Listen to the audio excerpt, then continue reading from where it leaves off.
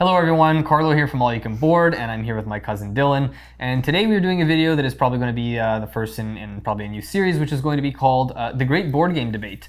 So what we're doing here is basically we are each going to take a stance. We've sort of settled on some topics that we know we disagree on, and one of us is going to be taking a stance, sort of defending a statement, and then the other person's going to debate that statement with us, sort of taking the opposite side. So these are supposed to be pretty like lighthearted, fun videos. It's not like we're doing a ton of research or coming into these like with notepads that we're reading off. It's not going to be an official debate structure or anything like that. It's just something that sometimes when we're playing games, we notice I say something and Dylan disagrees with, or vice versa. We're just going to sort of write these down and keep them sort of banked, and then in the future, every time we have a few of these, we're going to just do a video and that sort of thing. So I will also mention real quick, you might be familiar with a series we started a little while ago called We Disagree On, where we did the Quacks of Quedlinburg.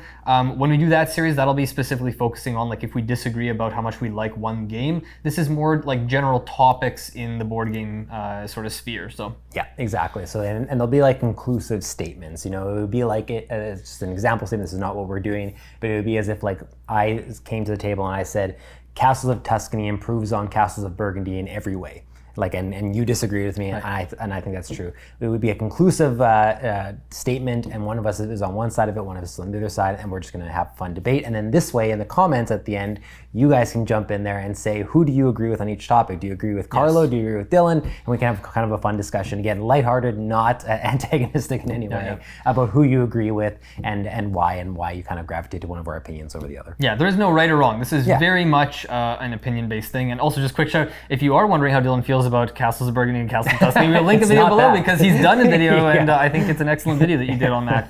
I think that's pretty much it. I think we're pretty ready to kick things off, right? Yeah. And just quickly, you might see one video in the future, different combinations of us. We might do one with Braden as well, where all three of us are on camera. So it's something that we'll just explore as we go, kind of thing. And we have three, I don't know if we said it, but we have three statements that we're doing in this video, and we're going to start with you and kind of alternate back and forth. Okay, so the first statement here is that games that have optional draft variants are better with drafting. So a couple examples of this are going to be Agricola and Res Arcana are the two main ones I would highlight, just because those are probably my two favorite games that have drafting. Mm-hmm. But I'm going to throw also into the mix games like Terraforming Mars, which isn't a game I particularly enjoy, but when I have played it, I have preferred it with drafting. And I'm also going to throw something like Magic the Gathering into here, which we used to play, because like sealed deck tournaments, that kind of draft was always my favorite way to play as well. Like once I discovered that format, I really preferred that over like building an actual deck and that sort of thing.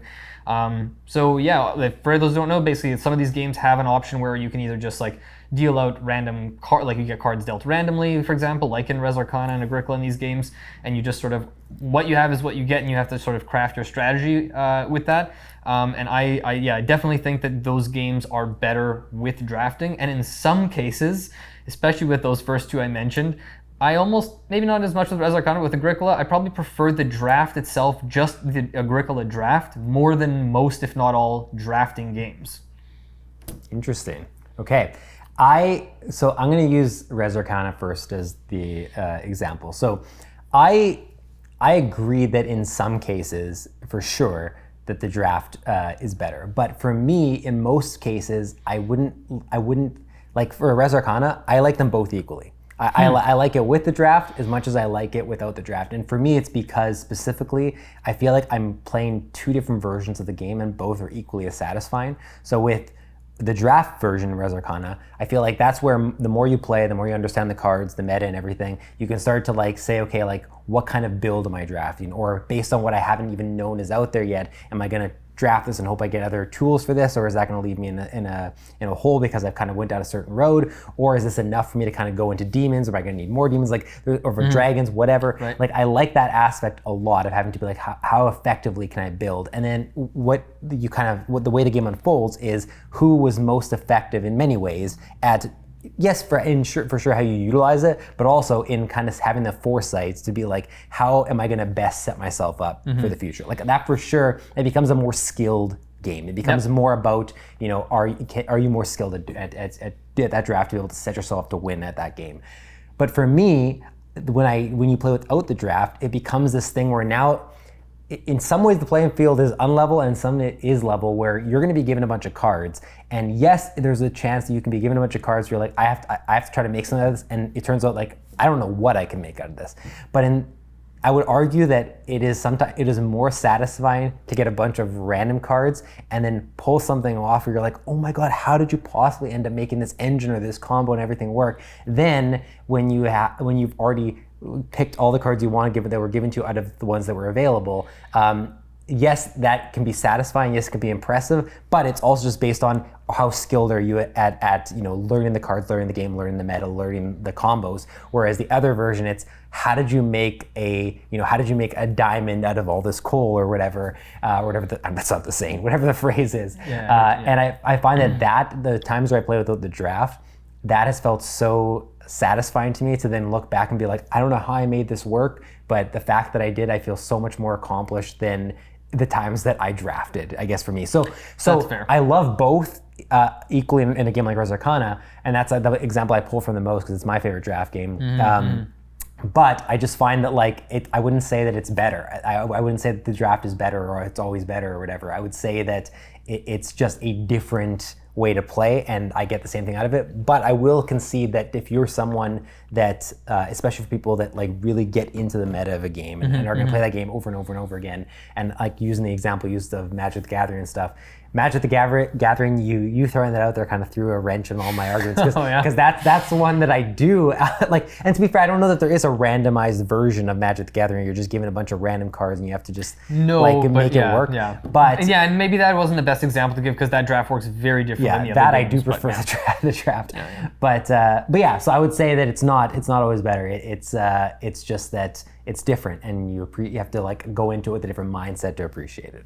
Fair enough. Honestly, the more we're talking about it, I think we're going to end up maybe agreeing a little more than we thought. I thought you were going to take it, and because I agree with you, like what you said about the random aspect, it's like you open up it's like when you watch Chopped on TV or whatever, they open up a random basket and like, what am I supposed to do with these ingredients kind of thing. So I can understand that aspect, and I will concede that I agree with that. The sense of reward and the sense of accomplishment and the surprise factor of being able to do something with these random tools that you didn't expect or didn't plan for can be very rewarding. But I want to touch on something you said because you really nailed exactly one of the points I was going to make, which was that for a game where if it's a game that you plan on playing over and over and you really want to, like, it's a game that you like a lot and you're like, I really like this game, I want to play it a lot, I want to play it with the same people over and over, and kind of like, it's going to be one of the sort of like games in our group, then I think it benefits from doing the drafting because you're, like, basically by randomly assigning cards, if you have two players of equal skill level who have played the game, let's say 20 times before, in a game of Res Arcana, if two people get random hands and one person gets one that has a whole bunch of synergy and the other person gets like those cards that are like allow you to play dragons for cheaper but you didn't have any dragons or whatever, like chances are the person who gets like the luckier hand dealt to them is probably going to win or is going to have an advantage when the skill level is close, right? So, and I've had games before where that happens, where I've played randomly and I'm playing with someone like Kevin, for example, and then I look and I can see right off the bat, like there's very little synergy here, it's going to be tough to pull off, and then I see him play a couple cards. And in a game like Res Arcana, you can often see who's going to win by round 2 or 3. Like, I find Res Arcana and Agricola, which I gave as another example, are games that it's really tough to make a comeback, usually because they're games of efficiency and kind of building up this like engine in a way. Like a lot of the time, once you kind of get going, if the other people aren't, there's a bit of that race where you feel like you fall behind. So before, I used to think a little more like, well, if I'm playing with new players, it evens the playing field because I've taught people Agricola, and they're like, well, how do I know what to draft? Like, you've played the game 100 times. Like, how do I know what makes sense to draft? But I think it also, and it depends on the type of, this is where it depends on the type of player. If when you go into a game for the first time, your goal is, I want to get the best, like, I want to get closest to the authentic experience. Like, if it's a game that I think I'm going to really like this, I want to play it a bunch more times. If on the first play my goal is I want to see what the game really has to offer, then I would say that the draft is better. If what you want is for the playing field to be even, then I think you go no draft. Because having, as the experienced player, if you get a random hand of cards, like you're still going to be better equipped because you know the game better, but having the randomness can offset, it might slide it more in the other way, like it might tilt the scales even more in favor of the advanced player or the experienced player. But I can see it definitely being like, I'm more limited because I didn't get to pull the cards that I wanted together and someone else got those random cards. I don't know. I think of it as like if I'm going to go into a game for the first time and I'm playing against someone where there is a skill gap and someone is better than me, I almost like I just accept I'm probably going to lose the game, and I'd rather have, even if I know that I'm not going to be able to draft the cards well, at least I can draft the cards that are like the strategy that I want to play. Like if a card is like, I don't really, this isn't interesting to me. I don't want to get stuck with these cards. I don't want to, you know, like have to be like sowing grain and baking grain or whatever in Agricola maybe or whatever. Right. Maybe I can choose like, hey, I can play a game like I want to just like focus on animals this game, and I can choose those cards even if I don't really understand how good they are, kind of thing. So Yeah. I don't know. And the thing is I think this also comes down to like I would say, and I'm correct me if you think I'm wrong, that you're more competitive with board games than I am. I'm not saying you're like uber competitive with board games. I just mean like in terms of you were comparing our competitiveness, you're probably more competitive with board games than I am, because even games like for me, like a game like Hansa Teutonica, I can appreciate so much about the game. I think the more I play it, I will like definitely really always enjoy that game.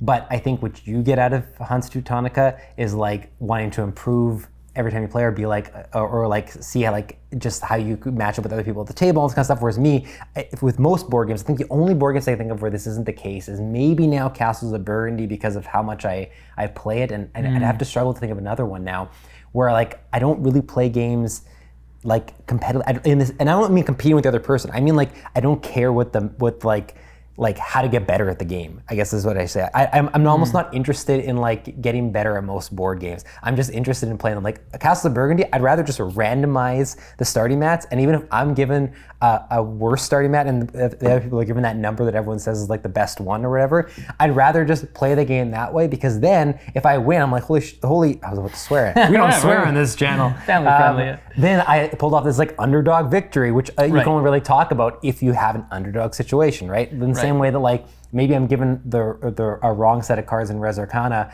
or in Agricola, and maybe it's like I'm clearly at a disadvantage. But then if I win, it's this way bigger moment where it's like, man, how did you pull off the win with that set of cards or with that? Then like I think those moments are only possible when there is clear underdog, and maybe that does put someone at a disadvantage, and maybe that does create some situations where it's like just clearly not fun. Right. But I think that's still almost in many cases my preferred way. Not all cases, but in many cases that's my preferred way. And I think that comes from the fact that like I rarely care about getting better at a board game, which maybe for some people is like, well, then why play? And for some reason with video games I can sit there and want to grind at them and get better, but with board games I find that I just want to just sit down and just play, and I almost don't care if I did worse than the last. Like Feast for Odin, I find like I've lost the last like 5 times. Here's I mentioned a Feast for Odin. Yeah. I've lost like the last like 5 times I've played, and I feel like by now I should be getting way better at it. But that's because I've never actually sat down to be like, which strategies are working, which strategies don't work, which games did I win, and what was I doing in them. Like I almost don't even care too much about that, and I feel like whereas like I imagine with Agricola, you with how many games you've played of it,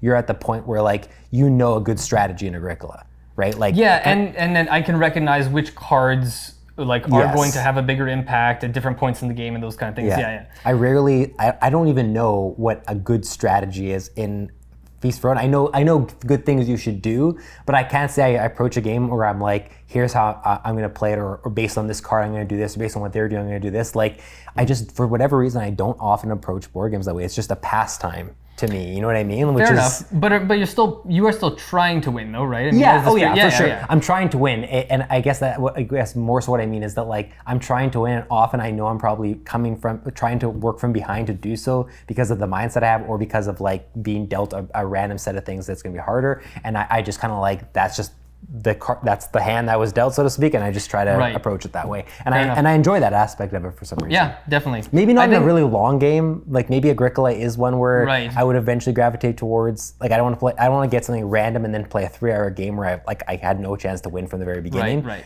But yeah, in most cases. Okay, one quick distinction I want to make is just that I think like the competitive aspect. It's not that I like.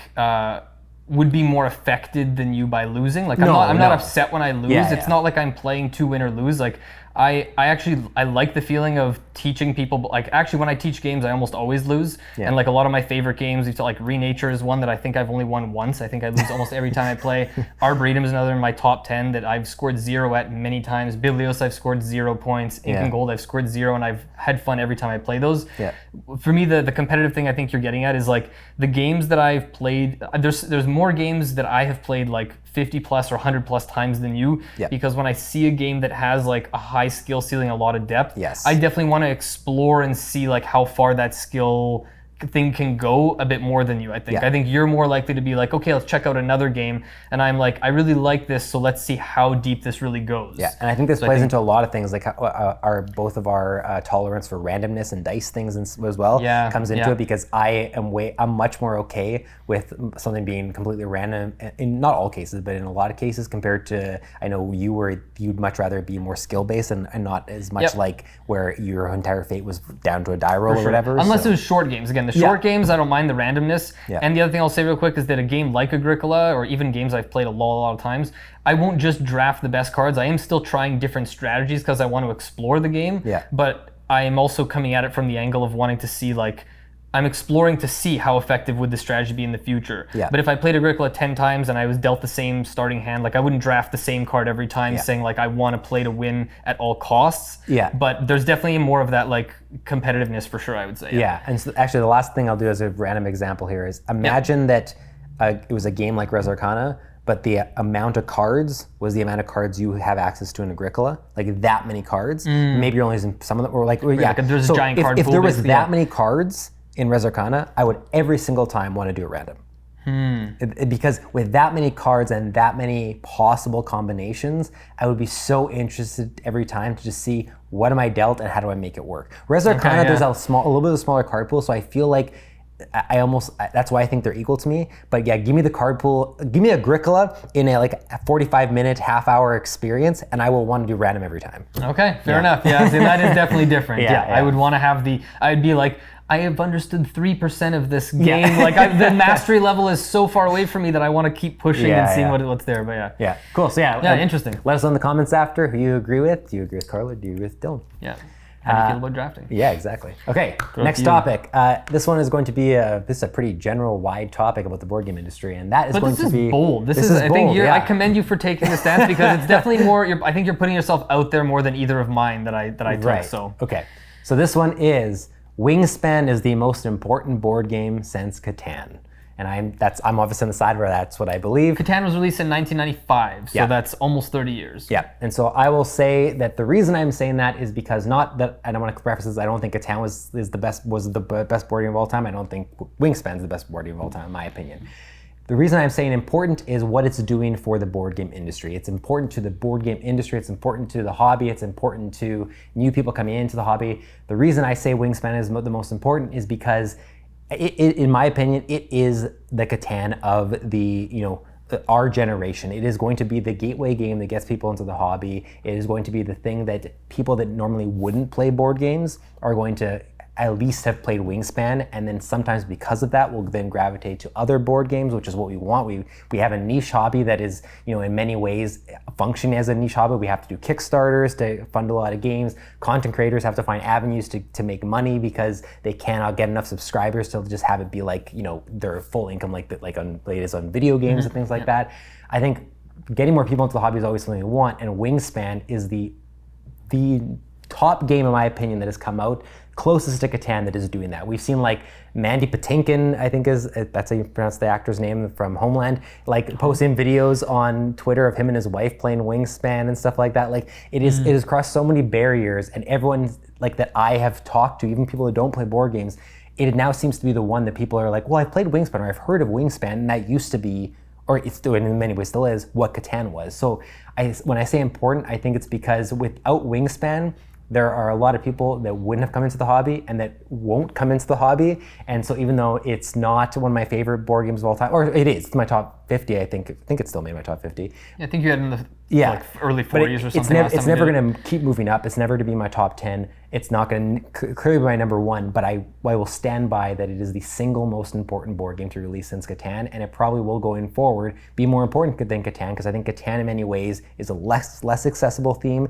especially to females, than Wingspan is. And last thing, as a female designer, to have one of the most important board games, the most important board game, be designed by a female designer also opens the avenues to more female designers coming into the hobby, and then just more diversity overall. So I think that's my reasoning behind there, but I have more I could say, but I want to hear also your thoughts before you. Okay, I was gonna say, is there anything else that you want to put in the why it's important, like other aspects of its importance other than like the gateway and there's designed probably by a like, woman? there's probably like little things I'm forgetting to kind of mention, but for me the biggest thing was just what it does for the hobby going into the future in terms of growth of the hobby and growth of like.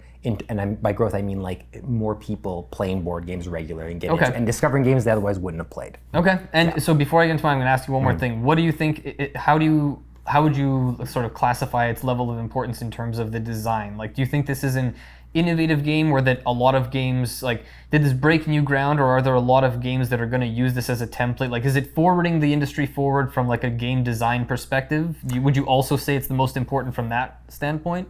I would say that it's not from a standpoint of like it's doing something brand new that no board game has ever done, so it like forwarded the design space, but it is complicated enough while being accessible that when you understand how like your engine works across like where you put birds and you can move birds around, like when you understand that complexity, it now makes it a lot easier for you to get into other board games that may have seemed daunting previously, right? Because like Wingspan is not as simple a game as like even like a Zool or something like that, aside from like the scoring of a Zool. Like Wingspan has some stuff going on where you have to like, there's a lot of cards to go with. You have to understand like all this end game scoring objectives. You have to understand how to place your birds in and what biomes, and then also some birds can move biomes, and then you have to put eggs on them. You have to store cards underneath them. Like, and there's a big deck of cards that you're right? going to see different cards, and you're going to learn over time which cards are good early game, which are late game, or a card that you never thought was good one game might suddenly be good in conjunction with this other card, or whatever, those kind of things. Yeah, exactly. Okay, fair enough. Okay, so I think before I get into what the other thing I'm going to say is, I think if I were to alter your statement, I would probably say it's the most important, and probably, I haven't thought about it enough yet, but it's probably the most important game of the last 5 years, I would say. Oh, okay, interesting. Because it came out in 2019. Yeah. And there's other games that you could throw in the mix, maybe, like, I think Gloomhaven was 2018, and there's all these other games that are kind of around there. But, in terms of overall impact, like, and I'm also going to say I would not disagree with you. It's hard, without looking at numbers and without having been really into it when some of these older games came out, I'd probably agree with you about the gateway aspect, about like bringing people into the hobby, because, what is it? What's the word for bird? Like, is it ornithology? I can't remember. Ornithology for is like when you're birding. Into birds, something like that. Yeah. So I think that's the right word. Yeah. Like that was.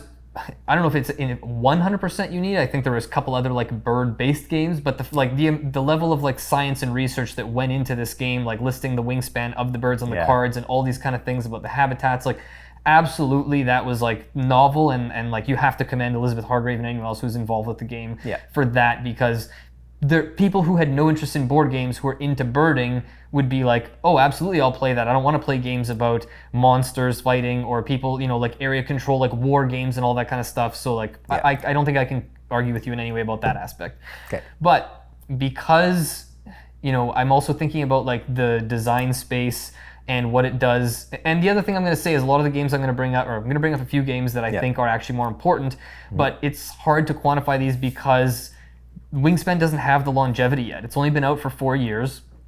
And I just don't know if it's going to have the, in 10, 15 years, are we still going to think it was the most influential or the most important since Catan?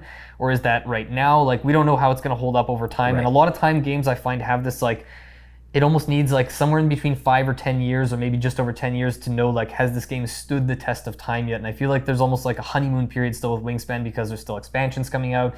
The digital version got released on the Wii, last year? Like, it just went to Board Game Arena last year. So there's still people who are like discovering it for the first time. But you can't deny its influence. And to get to just sell over 1 million copies in what did it take, like 3 years to do that, or something like 2 years? I can't deny its success in any way, so I don't want to take anything away from Wingspan. But I'm going to rattle off a few games here that I think So I'm going to rattle off a few just in short without any details, Yeah, because yeah. these Yep. ones I don't think are going to convince you and probably wouldn't convince a lot of the viewers. Okay. But I could even go back to something like, again, Agricola, that I think probably is more important overall, just in terms of like competitive scene, how many years it's been out, people still playing, things it's done for the design space, whether it's worker placement, card drafting, like all those kind of, having your own personal player board where you're building something versus whatever. So like there's things like that. Yep. I'm going to throw games like Dominion, I think from a design standpoint, like the first ever deck building game, and just like how many expansions there are. I would maybe throw Azul or Codenames ahead as well, just in terms of like, I don't know Azul, especially is like more of an abstract theme. Codenames obviously is a party game, whatever. By your metric, I don't want to throw this in there, but I'm saying if we're talking just like bringing new people into the hobby, well then like Exploding Kittens might have like sold more, like how many copies has that sold? But it's not a particularly good game, and we don't think it's actually that important to the hobby. So the three that I'm going to focus on that I think real quick. So the first one, I'm going to go from least to most important. Carcassonne, I would put in there. As not only like has it stood the test of time, it's came out in the year 2000, so it's been out for 23 years. Maybe probably the most recognizable like tile laying game, and not.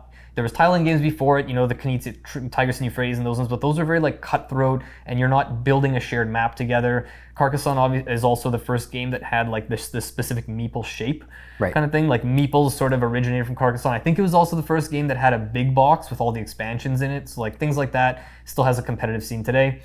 More important than that would be Ticket to Ride, which I think not only the amount of, I think it's sold like over 8 million copies. It's I would think is like almost the gateway game, not only because it's a very simple rule set, but trains. Like how many people grew up with trains? Like you could introduce this to someone who's like 80 years old who grew up playing little train sets or whatever, and people are just like, it's also something you don't have to explain a lot of rules, because you're like, hey, look at this map, you're gonna get these cards, you have to get from here to here. How do you do that? Well, look at these colors, you draw these cards. Like it's so easy. There's been so many spin-off versions, there's digital versions. And not only can it be played at a very friendly like gateway level, but there's tournaments with like money on the line where like players are very cutthroat about blocking and that kind of stuff. So, and just what it has done and how it has the lasting appeal of, again, that was 2004, so almost 20 years. Right. So I'd put Ticket to Ride ahead, but the one I'm going to say is like my number one that I would say is, in my mind, unquestionably more important than Wingspan would be Pandemic. Okay. And there's a couple reasons for it. So one is that cooperative games. Pandemic was your gateway game, right? Yeah. And we talk about like how many. I don't think I don't know if that was actually. I don't think it was actually the first cooperative game, but it's like the biggest kind of older cooperative game. And almost any cooperative game that has been released since then. I don't remember what year Pandemic was, like 2007 or 9 or something, 6. Anyways, whenever it was released, every game that is cooperative game that has come through has that kind of like putting out fires aspect, like Spirit Island, Ghost Stories, even Gloomhaven, trying to coordinate with your teammates and say like, well, where are we gonna, what's the priority? Which thing do we kill, or where do we go first? Like that aspect of cooperation, I think, comes from there. Yeah. Legacy games, even though Risk Legacy, I think, was technically the first official Legacy game, it didn't really catch on. And Pandemic Legacy is like still is ranked number 2 or 3 on Board Game Geek all time. Yep. And I think is widely still regarded up there with Gloomhaven as like the best, or kind of like the what's it called, like the blueprint for like how to make a legacy game, even though I haven't played it. Yeah. And there's so many spin-off versions. And then the other thing that kind of ties in, I think, is like, I don't remember your version because you had the original old version of Pandemic. I know there was a woman on the cover of the box. I think one of the 5 characters, she was maybe more off to the side. Rules, yeah. But the main version of Pandemic has a woman prominently displayed right in front. It's the scientist, right? Yeah. And I can't think, like, before, like, until Concordia, which came out in 2011 or 2013, how many games featured a woman prominently on the cover of a board game in a hobby that's dominated by white males, right? Right. And so not only that, but I opened the box to look, and if you look at the characters, 4 of the 7 characters in the game are women. Right. So I found it's that gateway aspect too, is like the amount of people that have sort of felt like sort of safe or encouraged to come play a game because they're like, hey, there's a woman on the cover of this game, and there's people of color featured as well. Like, I feel like the cooperative, the legacy, like there's so many aspects to it. There's hand management, there's a map that you're looking at, there's, I think there's just a lot of things at play there that, in my opinion, overall, if you look at all the categories, I think Pandemic would be the most important game of the last, since Catan, in my opinion. Okay. So I love this topic so much. It's a great topic. Yeah, that it's credit to you. This is a great topic. So first of all those games are very important. I'm not going to contest that they're all very important for different reasons. Just quickly about Ticket to Ride, because Ticket to Ride is like the other game besides Catan that I would say are like two of the most recognizable gateway games. I feel like this could have almost been like since Catan / Ticket to Ride, or since Ticket to Ride instead of Catan. Like sometimes I think of those two as like the original gateway board games to what the hobby became. So I won't question that was like probably equal importance to Catan, but I will say that I think that Wingspan is the Ticket to Ride Catan level of importance now, and I think it still is more important than the other ones you named. And the reason I'm gonna say it is wasn't expecting this pushback. Yeah. So I think that the most important issue for the board game hobby overall is getting more people into it. I think I don't think we have a problem with finding interesting designs and like blueprints like Pandemic of cooperative designs that then get replicated. I think that's amazingly important, but I don't think that's the thing we're lacking. I think that we have tons of amazing designers who come up with a new novel idea that then will get replicated for 10 years, and that is super important, but I think we're going to be having that for a while. I think that for the entirety of, while I've been into board games and actually been following it and just all along, it's always been niche. And it continues to grow, but it still is niche. And I think that the most important thing that it's facing is always going to be getting more people into it. And for some people, like I know that there's an enjoyment to having to be this niche thing, and I get that for sure. But the issues that are facing things like, so many games that have to go for crowdfunding just to get made, and some companies that rely only on crowdfunding because it's the only way they can sustain their business model. I think like for content creators in the space, which influencers these days drive so much traffic to different areas, whether it's video games, whether it's books, whether it's things on TikTok, whatever. Board games is still so small that you can't have content creators make it their job unless they end up doing what a lot of people then would consider it like selling out by doing a bunch of paid content, things like that. Like for all these areas to change, the hobby has to grow. And I think that because I think, in my opinion, that is the single most important issue that continues to face tabletop gaming, I think that Wingspan is addressing the number one issue better than I shouldn't say better than Catan, because I wasn't saying it's better than Catan, I'm saying since Catan, but I think it's finding a way to do it with an audience that potentially wasn't getting addressed before. I think games like Catan, games like Carcassonne, Ticket to Ride is closer, but even then, like I'd say it's not as widespread as the bird thing and stuff. I think a lot of those games, and even Pandemic, yes, you're attracting females, yes, you're attracting casual gamers, yes, there's other people who don't play board games that you're attracting, but I think Wingspan is doing a better job than a lot of those games, and the best job since games like Catan and Ticket to Ride, at bringing in people that otherwise would not have even considered ever playing a board game beyond like Scrabble. And I consider Exploding Kittens like hobby adjacent, because it's insane, and I say that only because it's the same thing as like Cards Against Humanity. Like I feel like that's a game you bring out at a party, you bring out in certain settings with family, that you're not really doing it to play a tabletop game. It's more of a distraction in some ways, or just a fun thing to laugh about. Whereas I think those ones aren't going to bring people into the hobby to explore other games unless they're like in that very specific genre. Where I think Wingspan is bringing people in that are then saying, like what other games are like this, or that have this system that or I'm going to get expansions, or then now I'm going to be more inclined to be like, yeah, I'll come to this game night where we're playing Wingspan, but we're also playing this new game or whatever. And the very last thing I'll say is I do think, it's another bold prediction, but I do think that in 10, 15 years, we are going to talk about Wingspan the same way we talk about Catan. I know it's a brand new game, but I think we are going to look back and say that regardless of your thoughts of it, regardless of whether you like it, it'll be hard to deny that Wingspan ballooned our hobby and was like a blip in terms of like people that are in our hobby, in the same way that Catan and Ticket to Ride were blips. I shouldn't say blips where it went down, but I just mean like brought a new audience in that then maintained. Some people will fade out, but I think it's going to have that same impact. I think that in 10, 15 years, we'll be looking back on it the same way that we look back on Catan and stuff. So the reason I guess I'm saying most important is because I believe that the very single most important thing for our hobby to sustain itself going forward and to grow is bringing people in. And I think Wingspan is the best at doing that since Catan / I will say / Ticket to Ride. I'm cheating a little bit because I agree with you. Ticket to Ride is the other game I consider to be like the other past generation's version of a gateway game. Fair enough. or whatever. That was almost 10 years removed from Catan Yeah, as well. yeah, It was a little, yeah. but Yeah. And so, sorry, didn't want to cut you off. No, I'm good.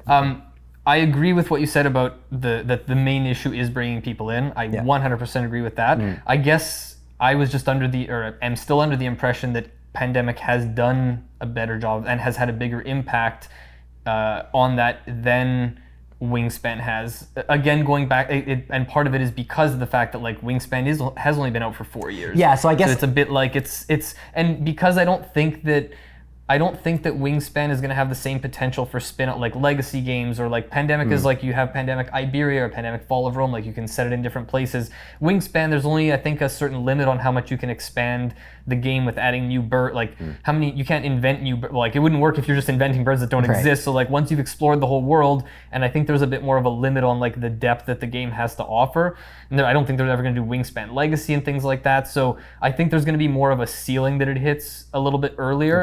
And the other thing I think is like I really think the co-op thing for Pandemic is huge because there's a lot of people who are scared to come into a game because they feel I don't want to do poorly, like I don't want to lose at this game. People don't like feeling dumb or like feeling like inferior to other people at the table, and cooperative is like almost the best way to hold someone's hand and be like, here, I'll help you, let's play this game together, and then like that might be what brings people in. So I think we agree on actually a lot of it. It's just a matter of maybe what we're what we think how impactful these games have been in different ways. But I think when Wingspan's been out the same length of time, the Pandemic has been out from when it released to now, there's no metric. It's gonna be hard to ever track this. It's true. I think Wingspan will have brought in more people to the hobby than Pandemic did.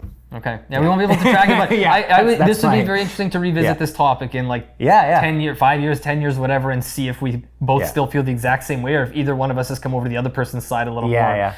And again, let us know in the comments. Who do you agree with? Yeah. All right, last one. Interesting. How do we even live up to that? That was a great one. That was a great one. That was a great one. And I have to again commend you because that was a bold stance and way more bold than either of the two I came up with. So okay, the last one is I don't know the exact way to word this, but the basic idea, and I'm gonna have to elaborate on this one. And this is one of those ones where like I hate when people just skim the video and the comment on something. Like you didn't watch the video, you didn't actually listen to what I said. So if anyone takes things out of context, I'm gonna reply to your comments. Right? So the statement here is that campaign and legacy games don't live up to the hype. Yep. And the way I'm going to like clarify and elaborate on that is that the excitement that they generate, whether it's like when the game is on crowdfunding or you hear about it or you open the box or you play the first scenario, you look at the characters, whatever game you're looking at, like the excitement at the unknown, whether you're thinking about those like mystery envelopes or which characters didn't we unlock or what items can we get or what's that next scenario going to have, that excitement, it feels like is pulling you along, waiting, and then the actual end result, when I think back how good was the game, I never end up feeling like it delivered on its promise. I always end up feeling a bit cheated. And there's two little quick examples that I'll give that are outside. One is like, I think I told you this once, is like, there's that scene in The Simpsons, I think it's season 3, where Mr. Burns is dragging the $20 bill behind the car and Bart's chasing it and it's always out of reach. Like there's that, and there's also, it's like a little kid who gets excited about Christmas 2 months before, and you see all the presents under the tree, and you're like, oh man, what if that's like the game I really want? What if that's going to be, the next video game console or like the book that I really want or whatever? And then you go and you have all this build up, and you're like, people are like, are you excited? Do you love? I love Christmas. I can't wait to see what's under. And you open it up, and it's like a 6-pack of socks and a pair of sheets with like some random TV show you never watched on or whatever, and then you open, and it's like a gift card to some place you might not go to, and you're like, oh, okay, yeah, like thanks grandma or whatever, and like you want to be nice about it and stuff, but you think back like I kind of had something else in mind. Right.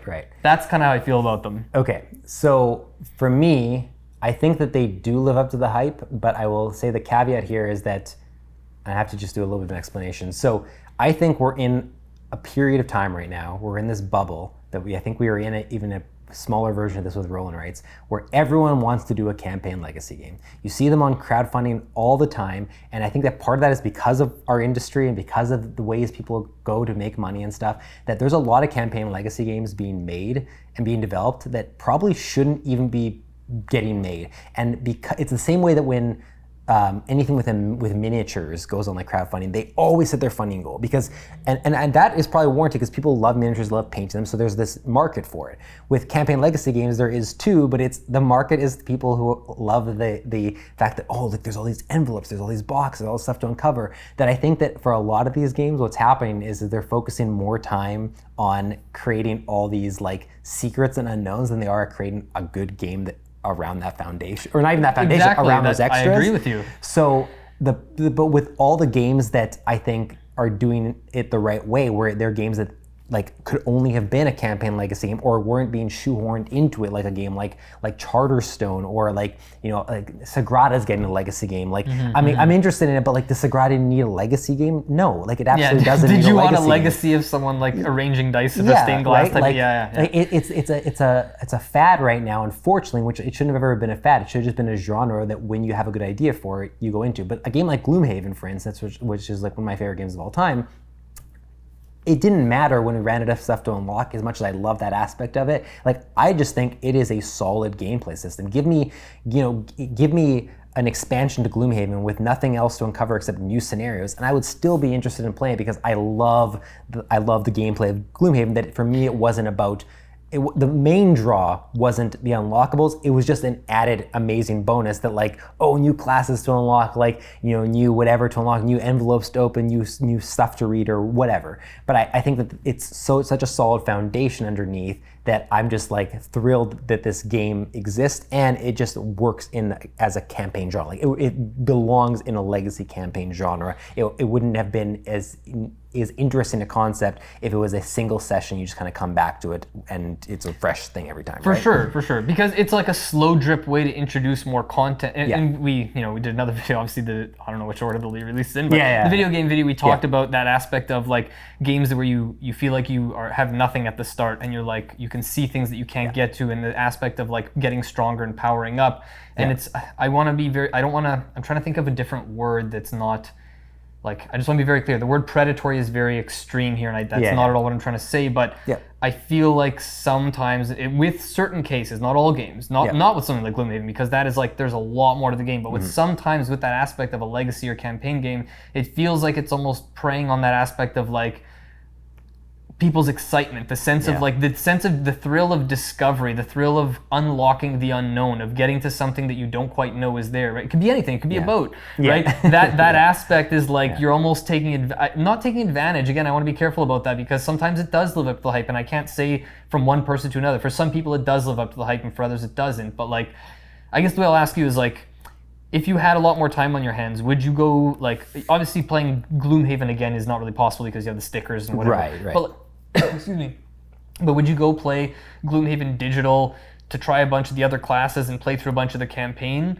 Or like, because a lot of the scenarios are like defeat all enemies, and once you sort of have seen, like, let's say you've seen, Brad or Corbin play through as a class from like level 3 through 9, are you going to want to go play that same class and revisit those same scenarios because the gameplay is that good? Or are you going to be like, how different is it going to be to play through that myself versus someone else? Like, are the decisions going to be so like interesting and crunchy that I'm going to really want to revisit that? Or is it like, I've seen that, so unless there's like new characters, which is again the thrill of the unknown or the discovery, like without that kind of like someone dangling that carrot, is there enough in those games bringing you back just on like the core mechanics?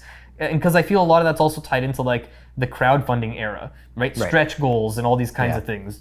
I would say that yes, I would like Gloomhaven again, using that, like I would go play the digital version again, but on the caveat that like for me, I don't know that I would want to go do the entire main campaign again because I know the whole story and everything like that, and the story wasn't the strongest.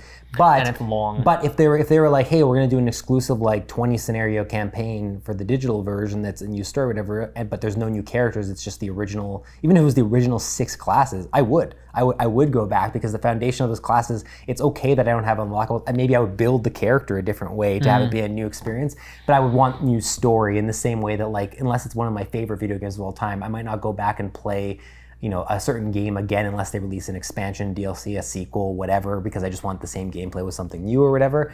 Right. So I think that like, I think the problem is that really what this comes down to is that like, first of all, actually what I want to say is, I think for you specifically, out of all the campaign legacy games that you've played, Would you say that on some level, none of them lived up to the hype?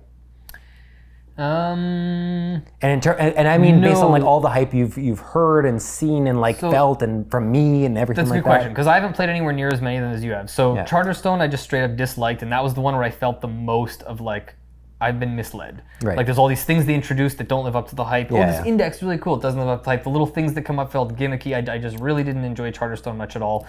Gloomhaven fell a little. It was like once we got to level 9 and we unlocked all the characters and we had done all those and like seen all the items or whatever, it was like half the items we never used. Some of the characters we didn't, whatever. So that one I felt a little. It was like the most I enjoyed Gloomhaven was like the first few sessions, and also maybe once we got to like level 3, level 4, once you get to a certain power level.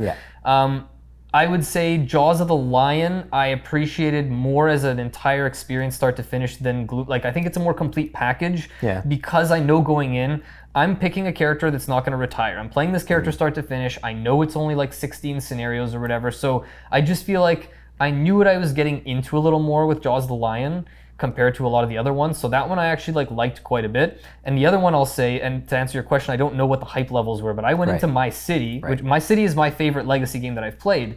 And I went into that with very low expectations because it was polyomino Legacy, and I was like, it just seems so abstract. It's probably not going to be that great. But it also didn't say like you can play all these characters and you can do all this. Like it didn't try to oversell it. Maybe that's the Knizia simplistic approach, but it just felt like I went into it with low expectations, and that's the only Legacy game that exceeded my expectations, and to me is still my favorite one because of that. Yeah, and I would say that obviously, like the hype was minimal on that compared to one that has a campaign and has a bunch of like crowdfunding and unlockables and a fantasy theme and an actual story. And exactly. But like I would say that even if you played every Legacy game, the big one that was coming out, like if you played or campaign Legacy, whatever, like if you played Iridia and if you played Oathsworn and the Tainted Grail, all these, I would guess, and we don't know for sure, but I would guess that almost all of them, if you went in knowing the hype levels, you would say most of them didn't meet whatever the hype of them was, because it's also not your favorite genre, but also just like the hype levels are always so massive for these games, right? So I would say that it really just comes down to like, obviously we each have our preference towards how much we love campaign games. I think that's influencing it too.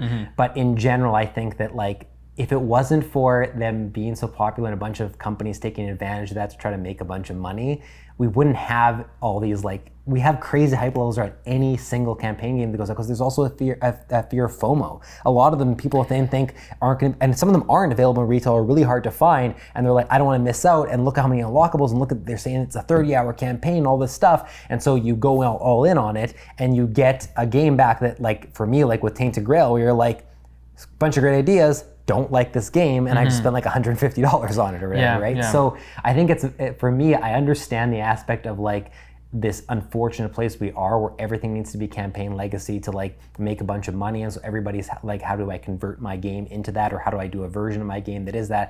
Clank does it, we have a polyomino version, we have a Sagrada thing, we have, it's only a matter of time before we have Azul Legacy, like we joked about it, but it's gonna happen, right? Like, and I think that I hope that the hype overall dies down, so only games that really deserve to be campaign Legacy games are being made as them. But for me, I would say that if the game play is solid, it always does live up to the hype for me, because then like Gloomhaven, like Oathsworn for me so far and stuff like that, all those hype levels that were super high, I feel it is meeting for me. But I understand that like, even though you liked Gloomhaven, I would say that there's no way that you would say that your hype for it is ever anywhere near it being at one point the top game of all time, right? No, the thing is, when I first started playing it, again, and some of the classes I played I loved, but there were two classes that I played, I won't say which ones, that I felt almost stuck a little bit, like I wish I could retire this one because it's not as interesting in this other one. So I think part of what bothers me about them is that a lot of them feel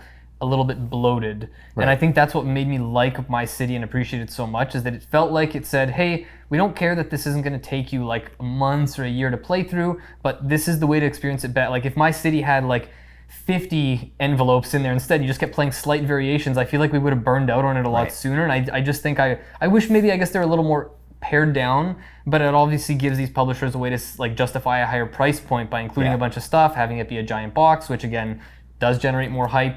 And the last thing I'll say real quick is that I think also this is colored by the fact that I haven't tried Pandemic Legacy, any of the versions, which I think that was the first Legacy game you played. It was, and by all accounts, like sounds like it's still one of the best. And maybe I need to experience that to change my mind on them. Yeah. As well as Oathsworn is another one that I've been hearing really good things that to me sounds like I might end up liking Oathsworn more than I enjoyed Gloomhaven, just based on some of the design choices I've heard. So maybe it's also just a matter of I need to play more of the right ones, and maybe I've just fallen on the side of playing more of the ones that I'm not going to like. Too. That's the other yeah, thing, right? Yeah, but I've heard good things about the Clank Legacy, Legacy. And Acquisitions Incorporated, or whatever it's called as well. So I'd be interested to try some others still, but I only really want to try the ones that aren't going to like, I have to commit to this for 6 months or a year or however long, you know? Right. So yeah, let us know who you agree with again in the comments for this one as well. And it really comes down to also how you feel about campaign games. So do you think campaign games live up to the hype? Yeah. And those are our 3 topics for this video. So we would honestly love to know what you thought about this, because we like Carlo mentioned, would like to have this be an ongoing series where every time we think of 3 strong statements that between myself, Carlo, and Braden, that we have some combination of 2 people being on opposite sides of, we can do one of these videos, debate them, and then have you all go into the comments and tell us who do you agree with, and then potentially have some fun debates in the comments too. So. Yeah, we might even do a 2v1 next time. If yeah, 2 who knows? people are like, are you kidding me? And like one of us has to take that stance and fend off 2 people, it'd be fun too. And last thing is, if you have any ideas for some really good statements that you think might apply to one of us and we might have different opinions on, feel free to throw them in the comments. They might not all work for us, but we might see one that we go, oh man, this would be a great thing to discuss, and then we'll for sure credit you for coming up with them. So feel free to throw those in there as well. Absolutely. So yeah, thanks again for watching this brand new series. Let us know what you think, and we'll see you next time.